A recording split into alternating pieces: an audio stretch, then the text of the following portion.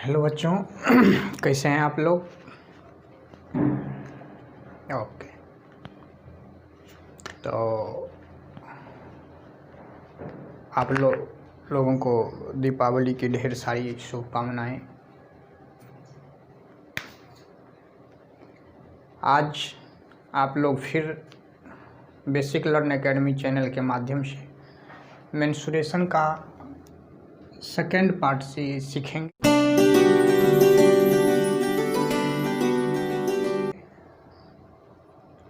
तो मैं पहले पिछले चैनल में जो मैंने आप लोगों को पढ़ाया उसका मैं थोड़ा सा रिव्यू दे देता हूँ। मैंने पढ़ाया था आप लोगों को कि राइट एंगल ट्रायंगल के बारे में है ना।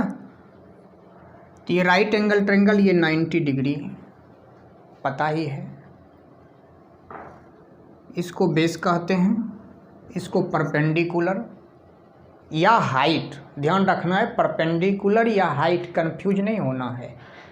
और यो इसको हाइपोटेनियस, यही बताया था हमने।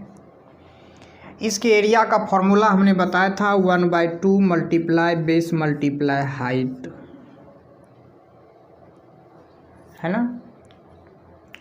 और इसका नाम और क्या था पता है आप लोगों को, मास्टर फार्मूला। इसको नहीं भूलना है, मास्टर फार्मूला को कभी नहीं भूलना है। क्यों नहीं भूलना है मैं इसे बताता हूँ।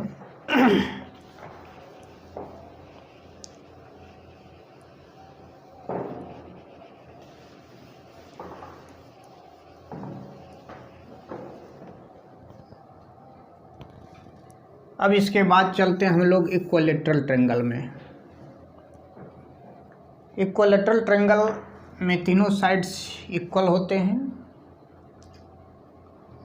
इसमें एक साइड दिया हुआ होता है। इसमें इस टाइप का सवाल रहेगा, the side of equilateral triangle is 5 centimetre, find area, है ना।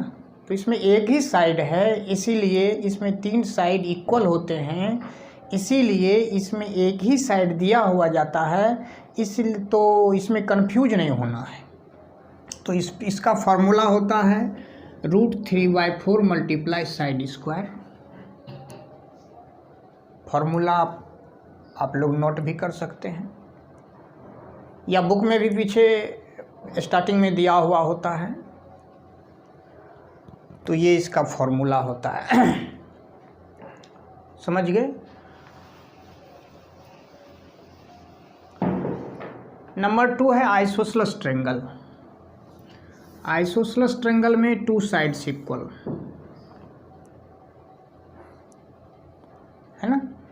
इसका ये फॉर्मूला होता है b/4 multiply √4 into equal side square minus B square. Equal side का स्क्वायर का मतलब हो गया ये जो हमारे 2 साइड्स जो इक्वल हैं उसका स्क्वायर। अब मान लीजिए ये 4, तो ऑलरेडी ये भी 4 होगा, तो ये 5 है ना। तो ये हो गया बेस, इक्वल साइड, है ना। तो 4 मल्टीप्लाई 4 का स्क्वायर नहीं करना, इक्वल साइड 4 है। इक्वल साइड कितना है 4 सेंटीमीटर या 4 मीटर जो भी हो उस मेजरमेंट में है, तो 4 स्क्वायर ही डालना है वहाँ पर, है ना। अब देखिए इसमें थोड़ा सा इसको ध्यान रखना है कि आइसोसेलेस ट्रायंगल में यदि हम इसके वर्टेक्स से बेस पर परपेंडिकुलर डालते हैं, तो परपेंडिकुलर का मतलब हमने पिछले एपिसोड में बताया था कि 90 डिग्री का एंगल फॉर्म होता है। यहाँ भी 90 डिग्री का एंगल फॉर्म होता है। इसका मतलब हुआ कि यह आइसोसेलेस ट्रायंगल जो है ये परपेंडिकुलर जो है इस ट्रायंगल को 2 राइट एंगल ट्रायंगल में डिवाइड करता है। देख लीजिए, 1 राइट एंगल ट्रायंगल, फिर अदर राइट एंगल ट्रायंगल, है ना। अब मान लिया जाए ये फॉर्मूला आप मिस कर गए, भूल जा रहे हैं, तो आप क्या करेंगे? आप तो एग्जाम में सवाल छोड़ देंगे? बिल्कुल नहीं, छोड़ना नहीं है ना। इसको बनाना है और बिना फॉर्मूला का बनाना है। कैसे बनता है देख लीजिए। ये आइसोसेलेस ट्रायंगल में ये और ये साइड्स इक्वल होते हैं। ये हमारा बेस हुआ, ये परपेंडिकुलर हुआ, इट मीन्स ये हाइट हुआ इस ट्रायंगल का। ये क्या हुआ? हाइट, है ना। और अभी हमने कहा है कि इस आइसोसेलेस ट्रायंगल को यह परपेंडिकुलर जो है two equal right angle triangle में डिवाइड करता है। Right angle triangle, right angle triangle. मान लीजिए, और ये जो परपेंडिकुलर है इस बेस को टू इक्वल पार्ट में डिवाइड करता है। यहाँ से यहाँ तक इक्वल, फिर इस पॉइंट से लेकर के इस पॉइंट तक इक्वल, है ना। मान लीजिए ये पूरे जो है, पूरे बेस का मेजरमेंट 12 सेंटीमीटर है ना।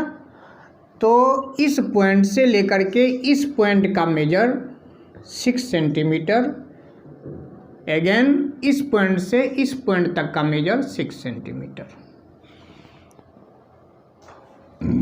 समझ गए?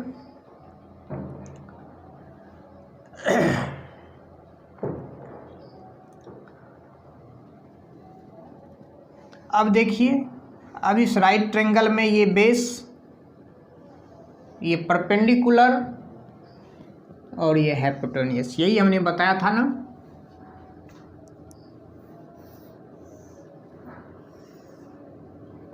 हाइपोटेन्यूस P अब B, जस्ट लाइक यही फिगर यहाँ है, सेम एज। अब ये मान लीजिए कि ये साइड 10 है। The equal side of isosceles triangle is 10 and other side 12 centimetre. ध्यान से सुनेंगे। The equal side of an isosceles triangle is 10 centimetre and other side 12 centimetre. Other side means आप लोगों को ये नहीं समझ जाना है, क्योंकि इक्वल साइड होते हैं ये। Other side means base, other side means base.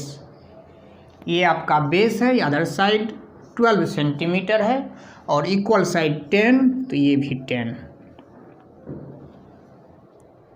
है ना। फाइंड हिज एरिया, इसका एरिया पता करना है आप लोगों को। ये फॉर्मूला तो यहाँ दिया हुआ है, फॉर्मूला भूल चुके हैं, फॉर्मूला याद नहीं है ना।